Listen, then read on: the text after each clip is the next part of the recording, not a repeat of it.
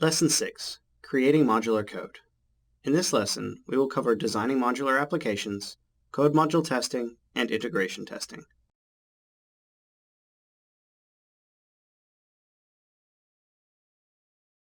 Modular code is code that is divided into separate, discrete functions. Since these functions contain smaller chunks of code, they are easier to test, more reusable, and more maintainable than a single monolithic application. Creating modular code begins at the design phase and continues through development. Coupling and cohesion are a set of metrics that define how modular an application is. Coupling is the degree to which a code module relies on other code modules. Cohesion is the degree to which a module has a single purpose. Modular applications have low coupling and high cohesion. In essence, what this means is that each module has a single distinct purpose and a well-defined caller-agnostic interface.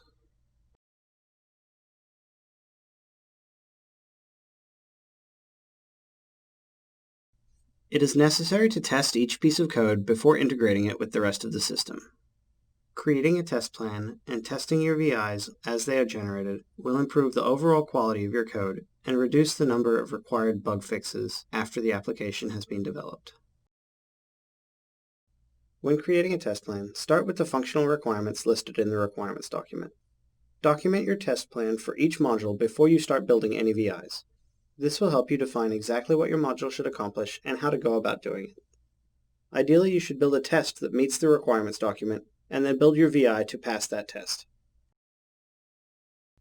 Functional testing is used to determine whether a program meets specific functional requirements. Hand checks are where you pass a stimulus to a VI and compare the actual outcome with the expected outcome. If they are the same, the VI passes the test. This is useful for determining functionality, but is often not adequate and misses certain cases. These specific cases are known as corner cases or boundary conditions. It is important to identify these cases in your testing program and plan accordingly. In the sprint planning meeting for this iteration, the product owner chose to implement user stories that center around how the code transitions between states and implement the first state after initialization to test that transition. To implement these user stories, your team identifies these development tasks. When the user clicks the reset button, the event handling loop sends a message to the message handling loop, which in turn sends a message to the boiler controller. The boiler controller then sends a run interlock message to the boiler. Once the boiler sends a notification that it has finished the run interlock operation, the boiler controller writes an update to the status log text file. The display is then updated to disable any controls that are not appropriate to use at this point. Now let's take a look at the state transition functionality and the reset functionality that you're going to implement as part of this exercise. When we run main VI, note that we no longer see the Initialize Boiler dialog that we saw earlier. Also note that all controls other than reset and emergency stop have been disabled on our boiler controller UI. Now let's click reset. Note that we have updated the value of the status indicator, and we have also disabled the reset button and enabled the start button. Also note that we no longer see the reset dialog that we saw earlier. When we look at the boiler UI, notice that we have now turned on the run interlock LED. Now let's stop the application and take a look at the status log. So this is the log file that we generated during execution. First we see that we entered the boiler initialized state, and then we see that we entered the boiler ready state.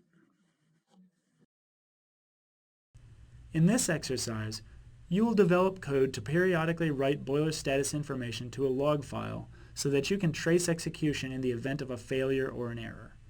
You will test this feature by developing the functionality for the reset button. Let's take a look at the solution to exercise 6-1. First, let's expand the Support VIs folder and look in the Logging Virtual folder. Note that we have two new VIs, Create Status Log Header and Log Status. These two VIs were provided by another developer on our team. Also within the Support VIs folder, we have Set Enable State on Multiple Controls and Update Controls.vi. This code was also provided by another developer on the team. When we open test VIs, here we see a test VI that we're going to use to test the status logging functionality that we added in our logging folder. So let's take a look at this function. Here you can see that we've set up a very simple test harness where we specify a file name, specify that we're going to either open or create a file, basically depending on whether or not the file already exists. And then we just have simple event string and event data string information. And we're going to create a status log header and then log the information to the file.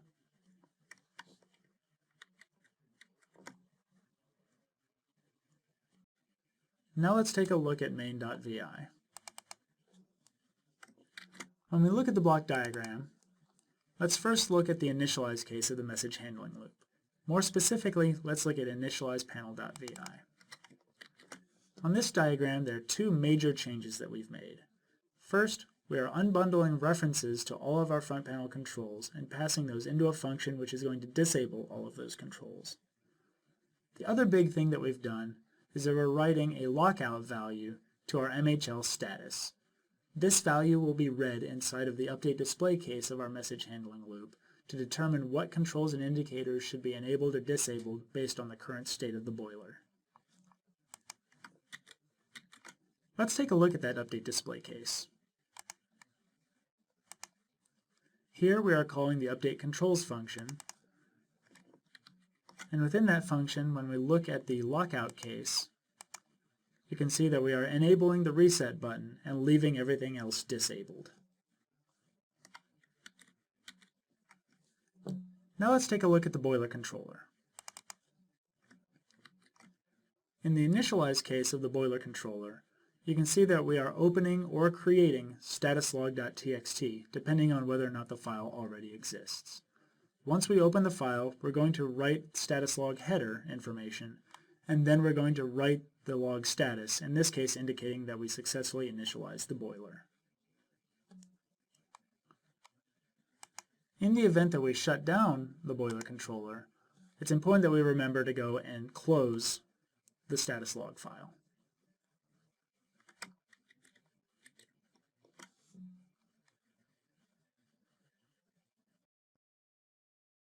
Now let's look at what happens when the user clicks reset. In the reset case of the event handling loop, we send a reset message to our message handling loop. When we receive that reset message, we send a reset lockout message to our boiler controller. Within the boiler controller, let's go over to the reset lockout case. Here, the first thing we're doing is we're sending a message to the boiler to run interlock. We wait for the boiler to send a notification that it has finished that operation. Once that notification is received, we then proceed to write a ready value to our status indicator on our front panel, and we change our MHL status to ready so that we'll know what controls and indicators to enable or disable when we get to the update display case of the message handling loop.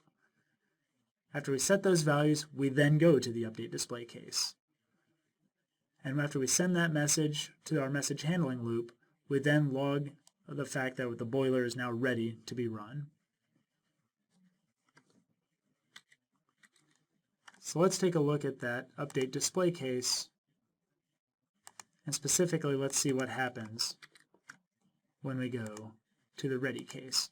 Here you can see that we disable the reset button and then we enable the start button.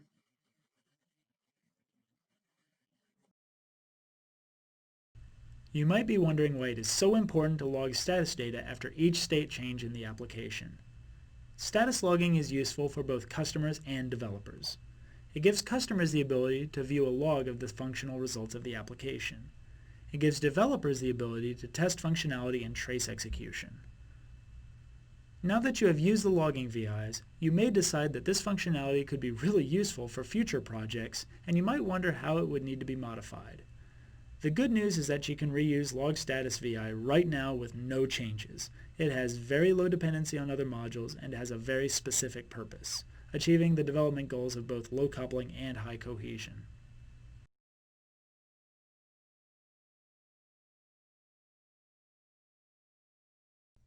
As code modules are developed, it is important to test them within the system as a whole to make sure that they function as intended and don't break any existing functionality. In top-down testing, you test the higher-level VIs first and move down the VI hierarchy towards the lower-level VIs. As you develop code, build stub VIs to represent underdeveloped modules, and replace them as you develop each component. Test the entire system as each stub VI is replaced. The advantages of top-down testing are that you will identify any major control or program flow errors earlier on and be able to rectify them quickly. The disadvantages of top-down testing are that it requires time and effort to develop the stub VIs effectively, and you may end up with highly complicated interactions with low-level modules. Regression testing is a method of testing your application whenever new features are added to ensure that existing features have not been impacted.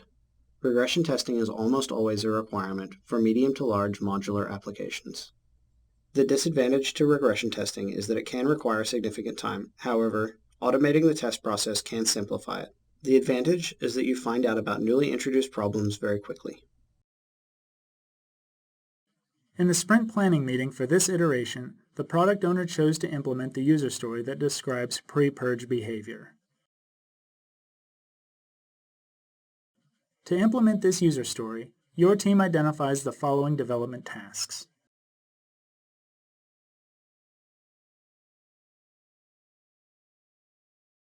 To integrate the code modules that will be used to implement this functionality, your team has decided to use top-down integration testing. This approach will help identify any control or communication issues early in the integration process. When the user clicks on the Start button on the user interface, first, the event handling loop sends a start sequence message to the message handling loop, which in turn sends a pre-purge message to the boiler controller. The boiler controller breaks the pre-purge process into 3 steps: pre-purge, wait, and purge complete. During pre-purge, the boiler controller sends a message to the boiler to turn on the primary fan. Once the boiler sends a notification that the primary fan is on, the boiler controller sends an update display message to the message handling loop and updates the status log to indicate that the pre-purge process has started. To complete the pre-purge process, the primary fan must run for a specified period of time. Once that time is reached, the purge complete step begins. During purge complete, the boiler controller sends a message to the boiler to turn off the primary fan. Once the boiler sends a notification that the primary fan is off, the boiler controller sends an update display message to the message handling loop and updates the status log to indicate that the pre-purge process is complete. Now let's take a look at the pre-purge functionality that you're going to implement in this exercise. When the user clicks on the Start button, the primary fan LEDs will turn on for both the boiler controller and the boiler. The status indicator will change to indicate pre-purge, and the Start button will be disabled. The primary fan will run for 2 seconds, after which time the primary fan LEDs will turn off again, the status indicator will change to indicate pre-purge complete, and the light pilot button will be enabled. Let's take a look at this in action. We click Start, the primary fan LEDs turn on, then they turn off again, and the light pilot button is enabled. I click Light Pilot, and I can see my one-button dialog indicating that I am reaching the ignition case of the boiler controller. So the rest of our functionality is still in place. So I'll click Emergency Stop, and now let's go take a look at the status log. Here we see that there are 2 new entries, one to indicate that we started pre-purge, and another to indicate that the pre-purge is complete. The value of 2 that we see over here indicates the time that we set the primary fan to run for as part of the pre-purge cycle. In this exercise, you will use one-button dialogues as placeholders for each step of the pre-purge process. You will perform top-down integration testing as you replace each one-button dialog with the appropriate code module provided by the rest of your development team. Now let's take a look at the solution to exercise 6.2. First, within the project, let's take a look at controller.lvlib. This library provides controller modules for various boiler functionality. You added boilercontroller.vi to this library so that it would have access to the various private methods of the library. Boiler controller is the only public method of this library. Main Vi still calls Boiler Controller, but Main Vi would not be able to access any of these private methods directly because it is not a member of the library. Controller configuration.ctl is a public custom control that is used to store boiler configuration data that you read from boilerinit.ini. Now let's take a look at the modifications that we make to main Vi. First, we'll look at boiler system open. From here, we'll look at read configuration data. On this diagram, we can see that now, in addition to reading UI constants, we're also reading boiler controller constants from our INI file. We then bundle that information together into a new cluster, configuration data.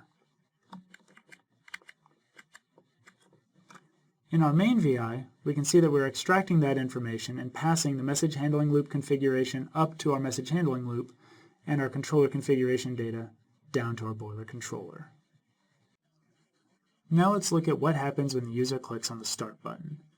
In our event handling loop, we send a start sequence message to our message handling loop. From there, we're going to send a pre-purge message to our boiler controller. Within the boiler controller, when we look at the pre-purge case, we can see that we've broken that functionality up into 3 parts: pre-purge, wait, and then purge complete. Also note that the controller configuration data is being used, and we're extracting the purge time value and wiring that into our wait function and the purge complete function. Now let's take a look at the functionality of the pre-purge Vi. In this Vi, we're sending a message to our boiler to turn on the primary fan. Once we receive a notification that the primary fan is on, then we send an update to our status log and to the user interface to indicate that we have started the pre-purge process. Within the wait function, here we can see that we're taking the purge time that we read from our INI file and multiplying it by 1,000 to convert it from seconds into milliseconds, and then we're waiting for that period of time before exiting this Vi.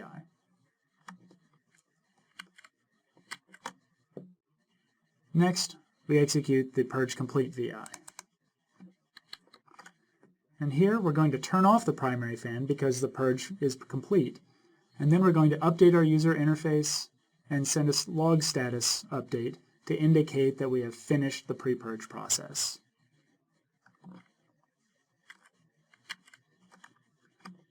Now let's take a look at how we're updating the user interface for each of these steps.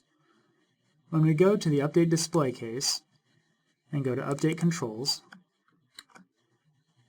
when we look at the pre-purge case, here we can see that we are disabling the Start button when we start the pre-purge process. When we finish pre-purge, we're going to then enable the Light Pilot button.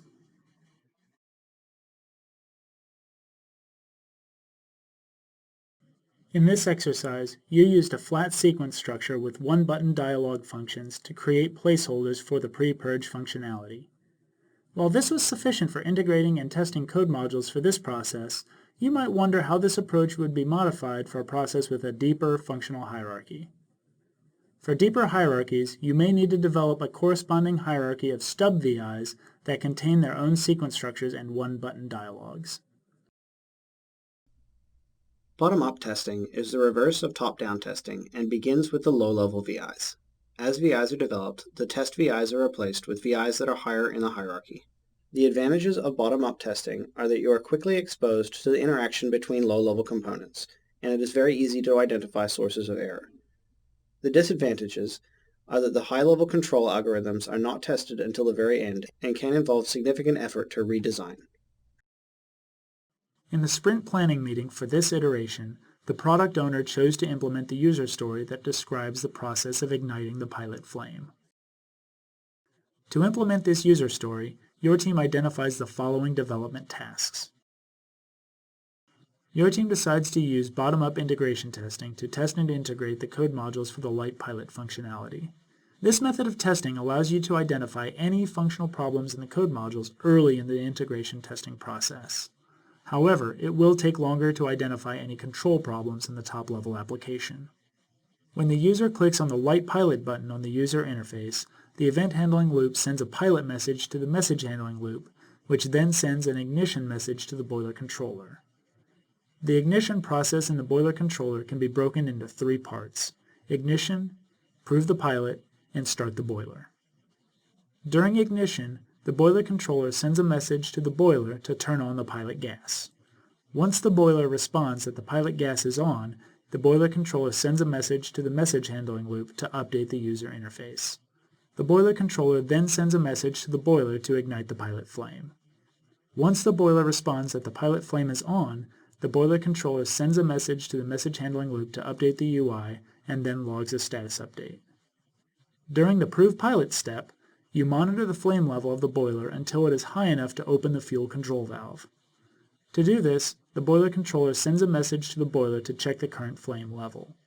The boiler controller monitors the flame level until it reaches the desired threshold. When the flame level is equal to or greater than the desired threshold, write an update to the status log. During the Start Boiler step, the boiler controller sends a message to the boiler to turn on the forced draft fan. Once the boiler responds that the forced draft fan is on, the boiler controller sends a message to the boiler to set the fuel level. Once the boiler responds that the fuel level has been set, the boiler controller sends an update to the user interface to indicate that the boiler is running, and it updates the status log to indicate that the forced draft fan is on. Now let's talk through the Light Pilot functionality that you're going to implement for this exercise. When the user clicks on the Light Pilot button, we're going to see a number of changes on our UI. So let's talk through those changes first before we actually click on the button.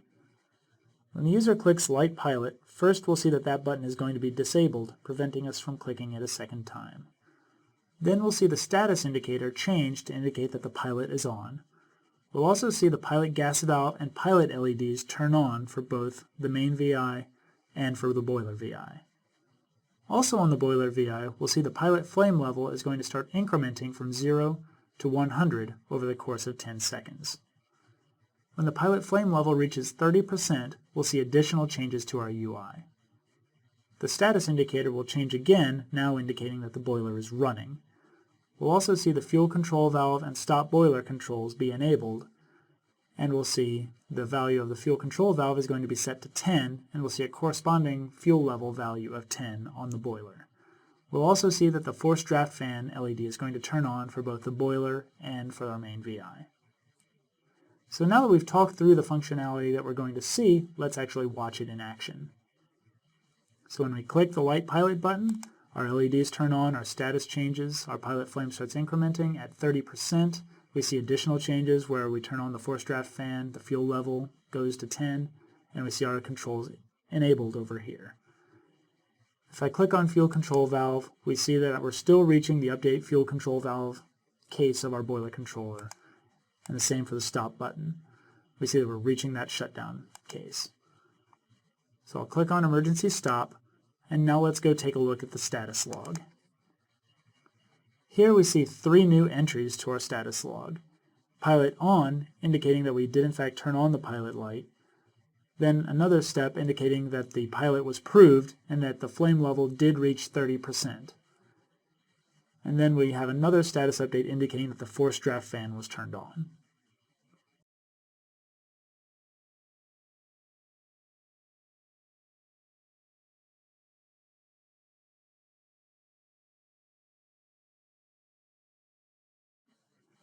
Let's take a look at the solution to exercise 6.3.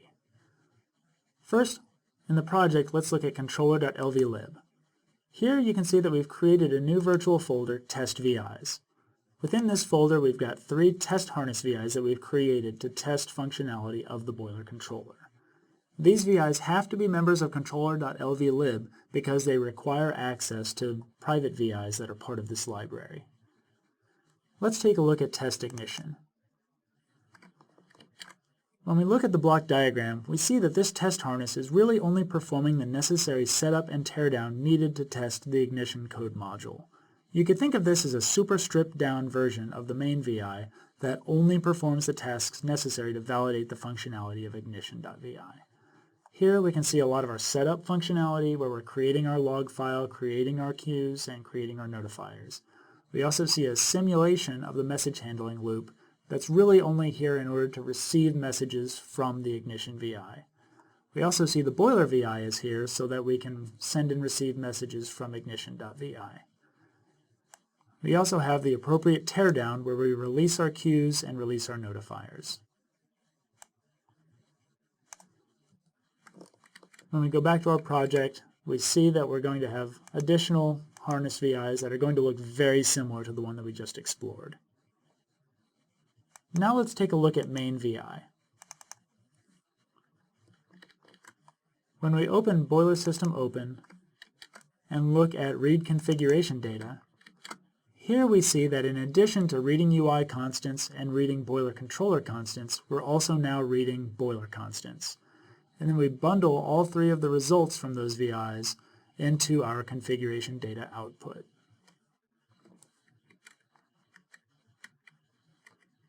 And when we look back at main VI, we can see that we're taking that boiler configuration data and passing that into boiler VI. Now let's take a look at what happens when the user clicks on the Light Pilot button. In our event handling loop, we send a pilot message to our message handling loop, which in turn sends an ignition message to our boiler controller. When we look at the ignition case of the boiler controller, we see that this process is broken into three parts: ignition, prove pilot, and start boiler. Let's take a look at what happens inside of ignition. Here we send a message to the boiler to turn on the gas for the pilot light. Then we update the user interface to show that the pilot gas is on. Then we send a message to the boiler to turn on the pilot light. Then we send another message to the UI to update that the pilot light has been turned on. Next we write an update to the status log. In the prove pilot method, here we see that we're going to monitor the flame and then log our status. So when we look inside of the monitor flame VI, we see that we're going to check the flame level, and we keep checking it until it reaches or exceeds the flame threshold. When it reaches that threshold, we exit this loop and then proceed with our functionality. Once we've reached our threshold value, we're going to log that we have proved the pilot. Once we have finished proving the pilot, then we start the boiler. Here we're going to turn on the forced draft fan, then we're going to set the fuel level both on our UI and on our boiler. Then we update our display to reflect the changes that we've made. And we send an update to our status log indicating that we have turned the forced draft fan on.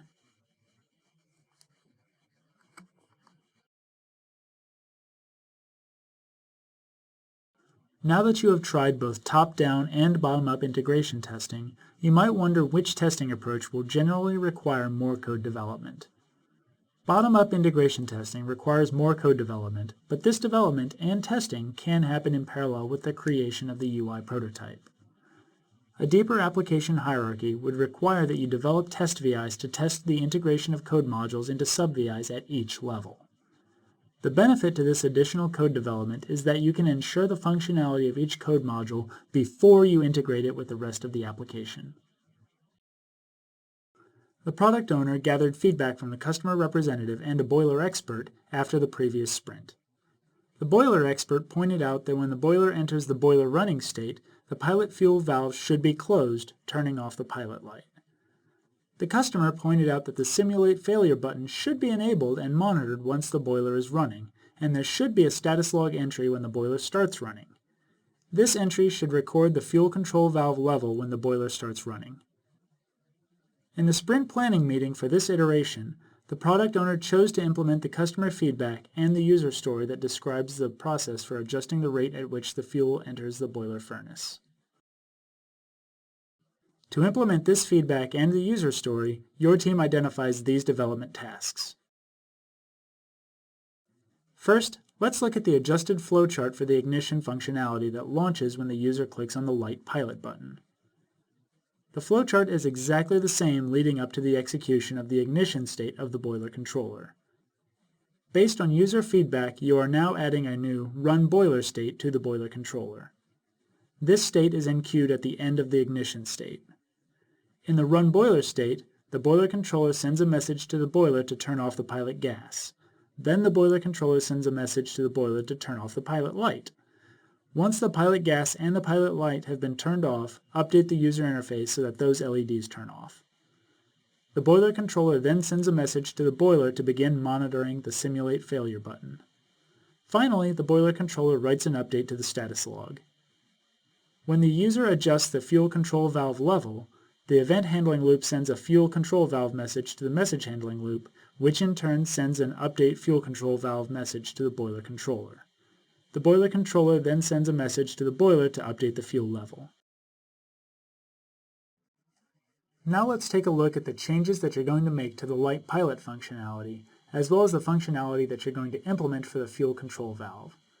Recall from before that when we clicked on the light pilot button, we turned on the pilot gas valve LED and the pilot LED. Well now, when our pilot flame level reaches 30%, we're going to turn those two LEDs back off. In addition, we're going to enable the Simulate Failure button so that we can click it to simulate a failure condition on our boiler. So let's take a look.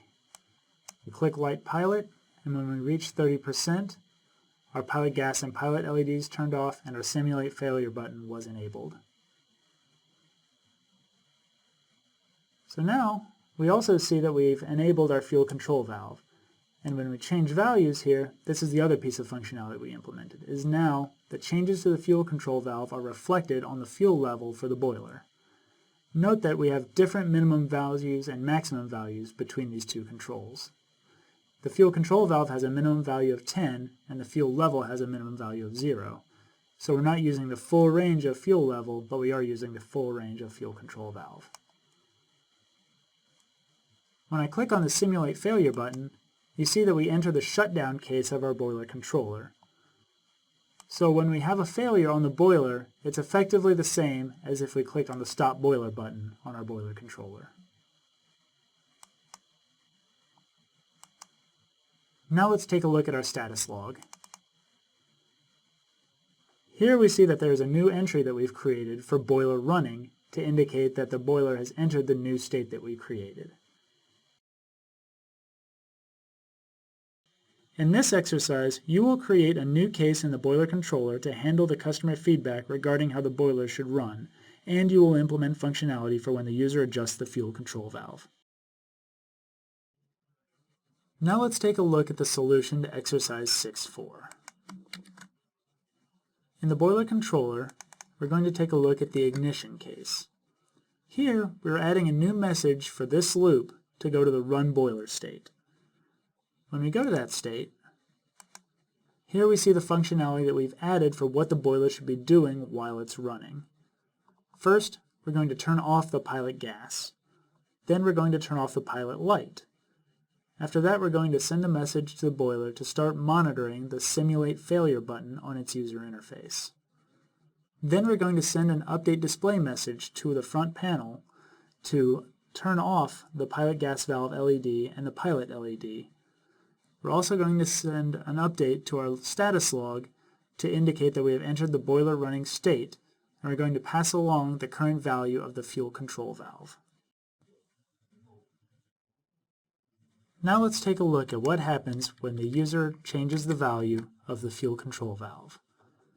Here we see that we send a fuel control valve message to our message handling loop. When we go to that case, here we see we're going to send an update fuel control valve message to our boiler controller. In the boiler controller, in the update fuel control valve case, we're going to send a message to the boiler to change the fuel level to match the value that we passed from our message handling loop, which corresponds to the value of the fuel control valve. You may wonder why it is so important to simulate boiler failure conditions in this application. When developing software that acts as a simulation model for hardware, it is important to simulate failure conditions. Boiler.vi is a software model that you will eventually replace with code that interacts with real boiler hardware. Real hardware can malfunction, so it's important to test how your software is going to react to those malfunctions. Sandwich testing is a combination of both top-down and bottom-up integration testing. It uses top-down tests to test upper-level control and uses bottom-up tests to test low-level hardware and system functionality. It combines the benefits of both top-down and bottom-up testing. In the sprint planning meeting for this iteration, the product owner chose to implement the user story that describes the process for safely shutting down the boiler. To implement this user story, your team identifies the following development tasks. To accomplish these tasks, your team decides that 2 code modules are needed, Shutdown Controller and Purge Complete. Your team has already implemented and tested the Purge Complete functionality as part of the Start button functionality. To test the Shutdown Controller code module, your team decides to use sandwich testing, since that approach provides the benefits of both top-down and bottom-up testing. When the user clicks on the Stop Boiler button, the event handling loop sends a shutdown message to the message handling loop, which sends a shutdown message to the boiler controller. The boiler controller then implements the shutdown in 2 phases, Shutdown Controller and Purge Complete. During the Shutdown Controller phase, the boiler controller sends a reset message to the boiler. Once the boiler responds that it has reset, the boiler controller sends a message to update the user interface. Next, the boiler controller sends messages to the boiler to turn off the forced draft fan, set the fuel level to 0, and set the flame level to 0. Once the flame level reaches 0, the boiler controller sends messages to the boiler to turn on the primary fan and turn off the run interlock. The boiler controller then writes an update to the status log and updates the user interface. The primary fan runs for 2 seconds and then the boiler controller enters the Purge Complete phase. During the Purge Complete phase, the boiler controller sends a message to the boiler to turn off the primary fan. Once the boiler responds that the primary fan is off, the boiler controller updates the user interface and writes an update to the status log. Let's take a look at the Stop Boiler functionality that you're going to implement as part of this exercise. When the user clicks Stop Boiler, a number of things are going to happen. So let's talk through those things before we actually click on the button. On our boiler, we're going to see that the Simulate Failure button is going to be disabled, and we're also going to disable the fuel control valve and the Stop Boiler controls on our boiler controller UI. We'll also see that the status indicator is going to change to indicate that the boiler is shutting down. The pilot flame level is going to start decrementing from 100 down to 0 over the course of 2 seconds. When the pilot flame level reaches 0, the forced draft fan LED is going to turn off on both the boiler and the boiler controller. The status indicator is going to change to indicate that the boiler is entering a purge cycle, and the primary fan is going to turn on for both the boiler controller and the boiler. After 2 seconds, the primary fan LED turns off, the reset button will be enabled, and the status is going to change to indicate that we are in a lockout state. So let's see all of this in action. Here we can see our pilot flame level decrementing. We're in a shutdown state. Our primary fan LED turns on for 2 seconds, then it turns off, and we're in our lockout state. The reset button has been enabled. Our UIs now match the state that they were in when we first started the application. And in fact, we can restart the boiler now and walk through the entire cycle again.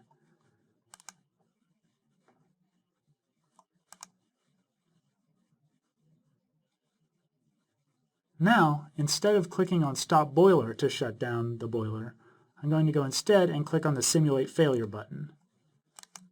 Here you see the exact same behavior. Our pilot flame level decrements, we're in a shutdown state, primary fan turns on for a purge cycle, and then we enter the lockout state.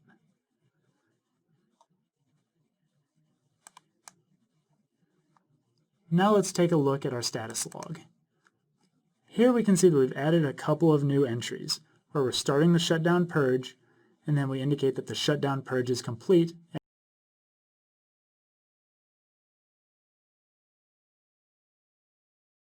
In this exercise, you will perform sandwich testing as you integrate the Stop Boiler functionality with the rest of your application. Let's take a look at the solution to exercise 6.5. When the user clicks on the Stop Boiler button, we send a shutdown message to our message handling loop. From there, we send a shutdown message to our boiler controller. In our boiler controller, when we go to the shutdown case, you can see that we've broken this functionality into two pieces, Shutdown Controller and Purge Complete. First, let's take a look at what happens inside of Shutdown Controller. First, we send a reset message to our boiler so that it will disable the Simulate Failure button. Then we update the user interface to indicate that the boiler is shutting down. Then we shut down the boiler. We'll come back to what this functionality does specifically in just a moment. Next, we write an entry to the status log and we update the user interface to indicate that the shutdown purge has begun. We then wait for the purge process to complete. The duration for this purge was read from the INI file. Now, let's take a closer look at the shutdown boiler functionality. Here you can see that we send messages to the boiler to turn off the forced draft fan and to set the fuel level to 0. We then update the user interface to reflect those changes. Next, we send a message to the boiler to set the flame level to 0, turn on the primary fan, and turn off the run interlock.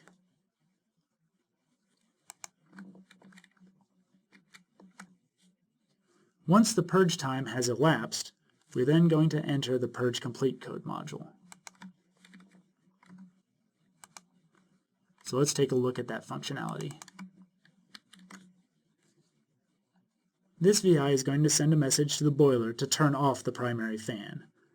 The boiler controller then updates the user interface to indicate that the primary fan is off and the boiler has entered the lockout state, as indicated here. The boiler controller also writes an update to the status log that the shutdown purge is complete, and it includes the duration of the purge cycle.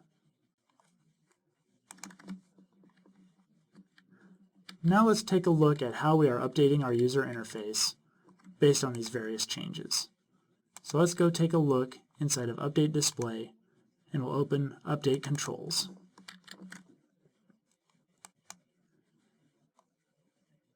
When we go to the shutdown case, you can see that we're going to then disable the fuel control valve and the stop boiler controls.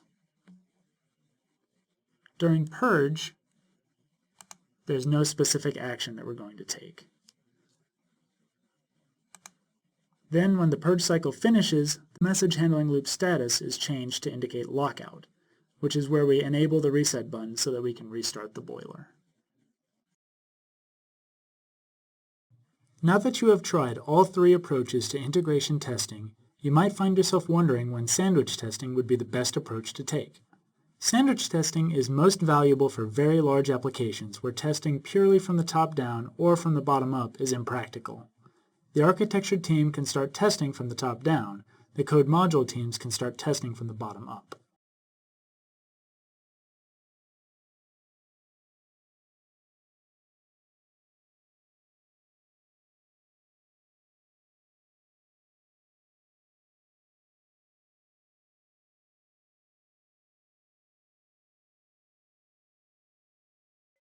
You have completed this lesson.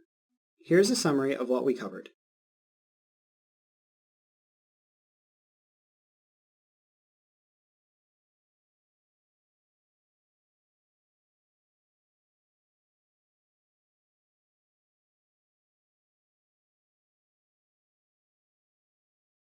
Continue your LabVIEW education with instructor-led training and self-paced online training. The LabVIEW Skills Guide can help you identify the skills you need and find the learning resources to help you successfully develop a LabVIEW application. Have a look at some of these resources for product manuals, knowledge base articles, example code, tutorials, discussion forums, and the Community Code Exchange.